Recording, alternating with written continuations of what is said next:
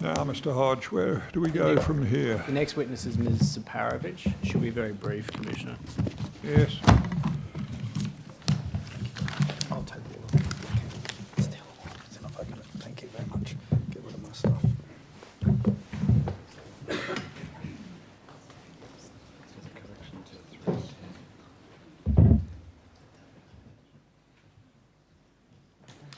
If you'd go into the witness box, please, Ms Separovich. Do you mind, do you want to take an oath or make an affirmation? I'll take the oath. Yes. Swear the witness, please. I swear by Almighty God I swear by Almighty God that the evidence I shall give that the evidence I shall give will be the truth, will be the truth, the whole truth, the whole truth, and nothing but the truth. and nothing but the truth. Do sit down.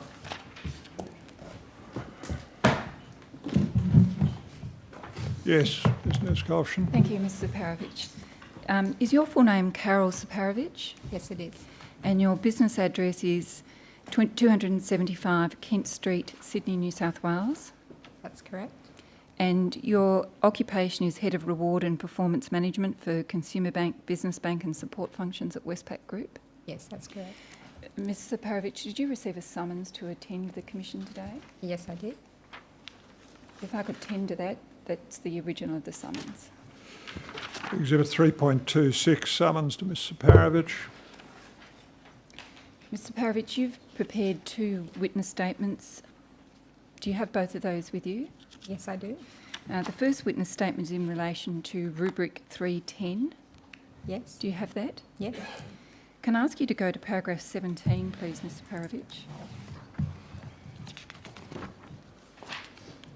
Yes. You see that paragraph 17 is under a heading local business managers or with the definition. Yes. And you see that paragraph 17 begins, I set out the KPIs that applied to RMs. Right. Is that an error? Yes, I think it is. Do you have a pen?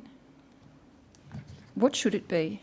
It should be LBMs. Could you just mark that and initial it, please? Is your statement otherwise true and correct? Yes, I'm comfortable with it. Tender that, Commissioner.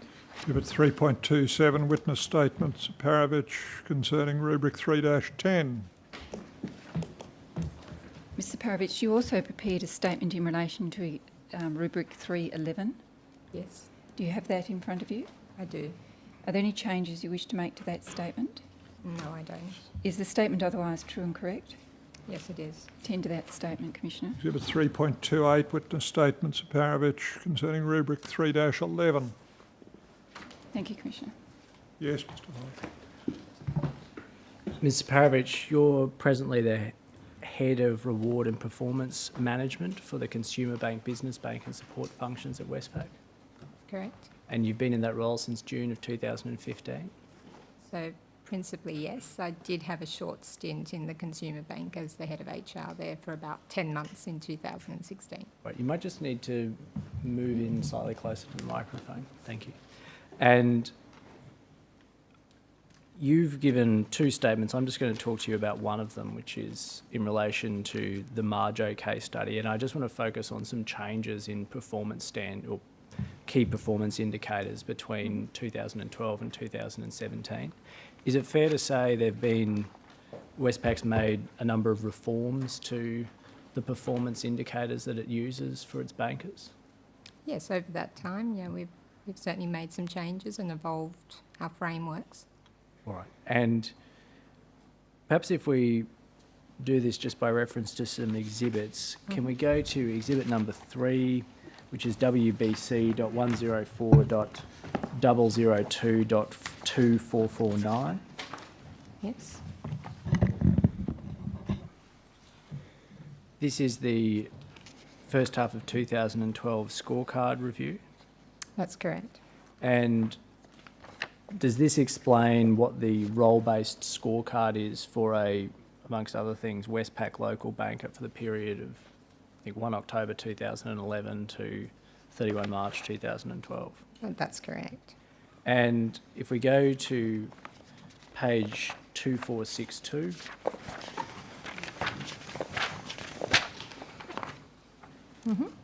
So this is the local business banker scorecard metrics and weightings. That's right. And perhaps if we just start with what the gate openers mean. So one of the gate openers, the last one, sales, is achieve 80% of revenue portfolio growth. That's correct. And another is LBB portfolio NPS. What does NPS stand for? So that's Net Promoter Score, which is our customer advocacy measure. And is that a score that's arrived at by obtaining feedback from customers based on their dealings with Westpac? Yeah, that's correct. It would be in this case specific to that LBBs rather than the broader brand or branch. It would be specific to the banker. Because there's two different, am I right in thinking, there's two different ways in which there's two different inputs into a Net Promoter Score. One is the brand, or can be the brand score, the other is the individual employee score, and then they'll get averaged. So for this year, it was just the business banker But score. at this time, it's only the banker that's That's taken correct. into account. And if, for example, they get 3 people that say they've done an excellent job and one person that says they've done a satisfactory job and one person that says they've done a poor job, then there's a calculation that's made to determine what their score is. That's correct. Yeah. And what does it mean that there's these red boxes around 2 of those gate openers? I don't know why the red boxes are around there. They apply to all of them, so all 4 gate openers need to be satisfied, is that right? Yes, all of the gate openers there would need to be satisfied to be eligible for variable reward. And then in terms of, I'm sorry, go on, were you saying something? No, I was just saying they need to be satisfied to be eligible for a variable reward payment. And the calculation of the variable reward payment is then done by reference to the balance scorecard. That's correct. And at the time, the balance scorecard weighted very heavily towards financial measures. Yes, that's correct. And in 2000, if we take the first column, second half of 2011, there were 2 types of financial objectives, which were portfolio revenue growth and branch revenue growth from SME. And then there was also a customer metric, which also seems to be concerned with bringing in more customers. Is that right? So that was, it was growth in connections with 8+ products. So yes. Or I suppose rather than bringing in more, it's really a cross-selling. Yes, it reflects the depth of relationship with that customer. A connection is a customer, Yes. and 8+ products means that they've risen up to taking at least 8 products from Westpac. Yes. All right. And so this is measuring how many products the banker has managed to cross-sell to the connections. It would take into account areas that the banker would have specifically supported that customer, plus other parts of our group may have also met those needs. I see. And then, as you know, there was an independent review conducted by Stephen Sedgwick in 2017 in relation to banking remuneration. Yes. And Mr. Sedgwick concluded that financial gateways, such as those that were in place in Westpac, were a high-risk practice. Yes, he recommended that they be removed. And there have been changes that Westpac is now making to its KPIs and scorecard and gateways to try to reflect that. Yes, we've already removed any financial gate openers in all of our arrangements. So if we go to Exhibit 9, which is WBC.107.003.1047. Sorry, what was the exhibit? It should be number 9 to your statement. Number 9, yes. And go to page 1064.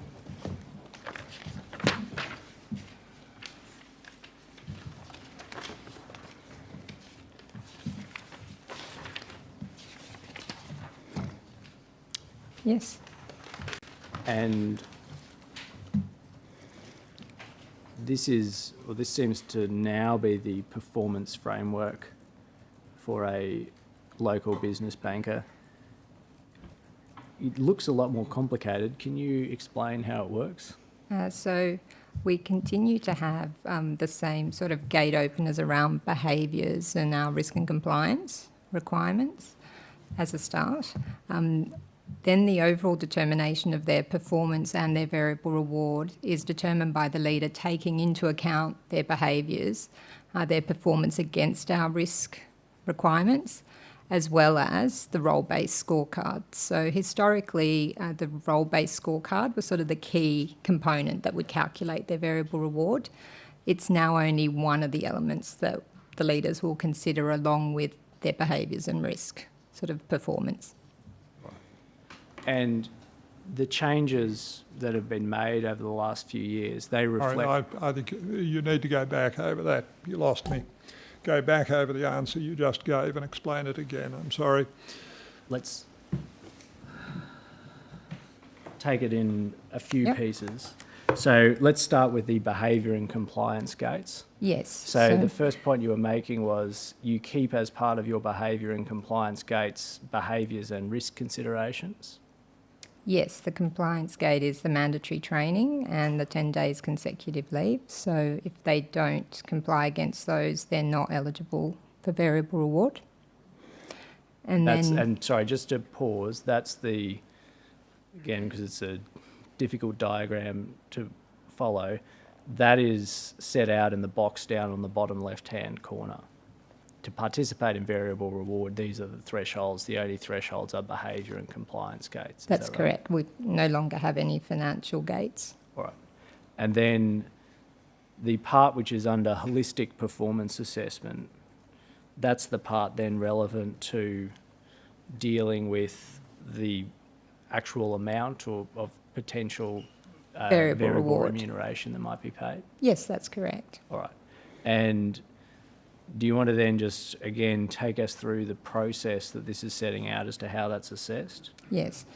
So the role-based scorecard, continues to be in place for these roles, and the leaders will consider performance against both the financial and non-financial components and measures.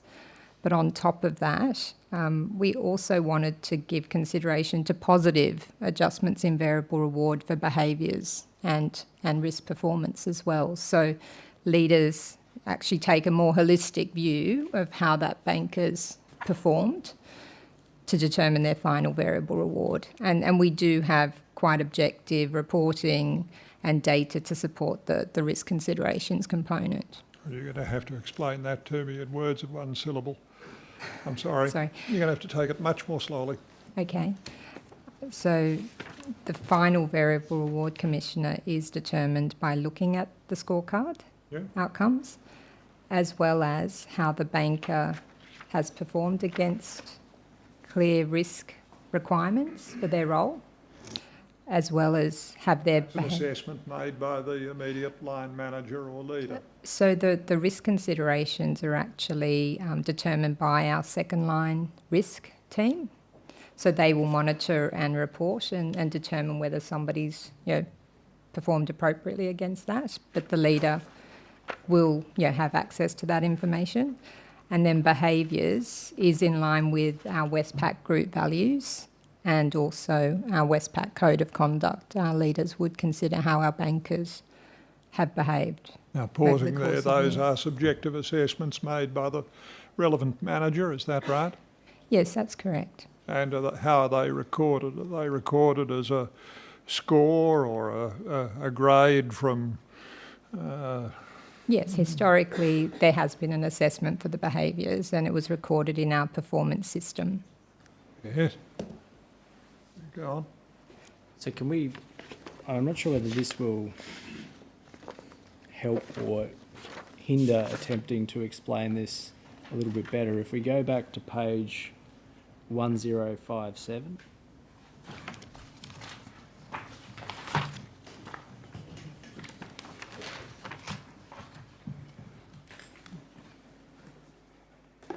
And I wonder whether this is generic rather than specific to the role.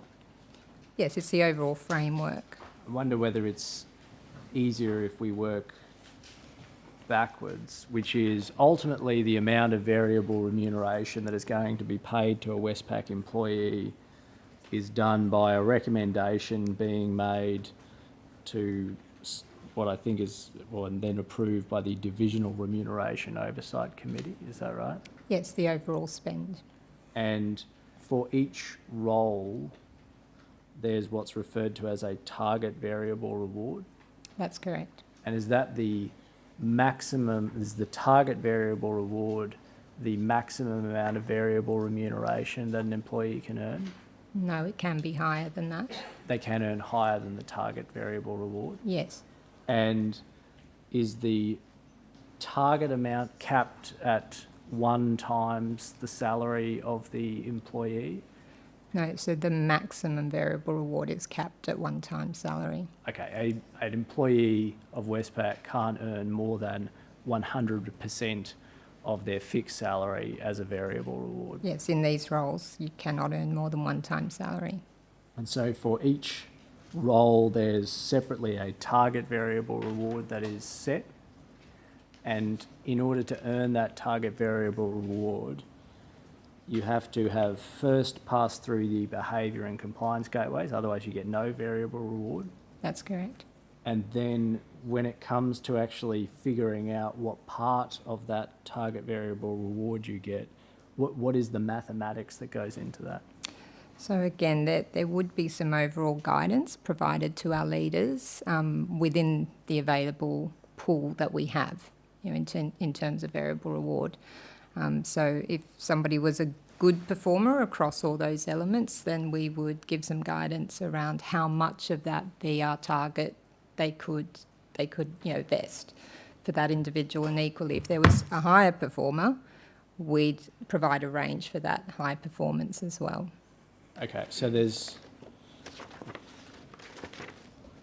and I don't know whether this is ultimately going to help us to understand this, but when you look at the scorecard goals on the right-hand side of the page, where it's 50% customer and 50% financial, that is the only component or one component of what goes into this assessment being made of whether somebody is a high performer or not. So it's one component. Okay, and then a second component is the outcome of individual performance goals for the employee? Yes, if there were some separate performance goals agreed, the leader would consider that as well. And then the third component is the leader's assessment of whether or not the employee has met the role, what are referred to as the role deliverables and development goals. Yes. And that could also be I think you were saying, financial goals or include financial goals. Yeah, the majority of the financial goals do sit within the scorecard. Under the 50% financial. Yes. But some financial goals will sit within the role deliverables and development goals.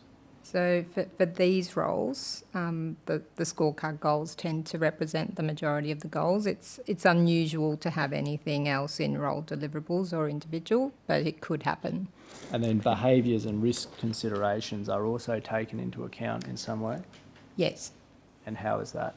So that is a discretionary determination by the leader. Okay. And so there's guidance. Is that guidance set out in this document? No, so Anyway. the guidance would come once, the business performance period has completed and we know exactly how much variable reward pool we have, and then we'd give the guidance to our leaders to help them make those decisions. Right. And did I understand you correctly before to say it is possible to earn more as variable remuneration than what the target remuneration is for the role? Yes, it's possible. And if you are assessed as performing exceptionally well? Yes. Okay. And what I think you referred to before as second line of effectively second line of defence assessment. Yes, second line risk, yeah. Is that the internal risk and Yes, our compliance internal section? risk function. And could you just explain what the role is of the internal risk function in relation to setting remuneration? Yes, so in terms of our framework, they actually set the risk considerations for the role and the appetite. Over and above that, they also will independently work with our Reward Governance Committee to consider any matters from either operational risk incidents or outlier reporting that we might do, or misconduct that we're aware of, to make sure that we're comfortable with that leader assessment and there's no further adjustment that's required for what we know through the second line team. And is the idea of these various changes that have been made to de-emphasise financial goals as part of assessing variable remuneration? It's certainly to reflect a balanced sort of set of considerations for these roles. Well, let me look at the right-hand box. Scorecard goals will remain a strong indicator used in assessing performance. What am I to take away from that, Ms. Separovich? So it absolutely is still, the key components of how we measure success for those roles. And 50% of those are financial. yes, that's correct. But Can I cut to the chase, Ms. Separovich? When I go through the language, I see a lot of words there. But I am struck by the fact that scorecard goals will remain a strong indicator used in assessing performance, and that of those scorecard goals, 50% are financial. yes. Now, what am I missing? So the variable reward is really our mechanism for people to share in our business success. And these roles, play a key role in contributing towards, achieving those goals. We can measure their contribution down to an individual banker level. It's a very objective view of their performance and contribution. And we know we can afford the variable reward if we've achieved that business performance. So there's a number of considerations around, alignment to business performance, as well as, a fair and consistent way for our people to be rewarded for how they've contributed to our success.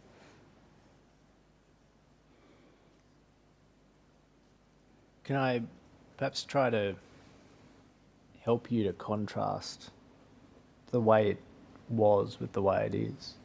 When we were looking at the scorecard as it was 5 years ago, there were a number of different criteria, and each of them would have a particular percentage allocated to them. You recall that? Yes.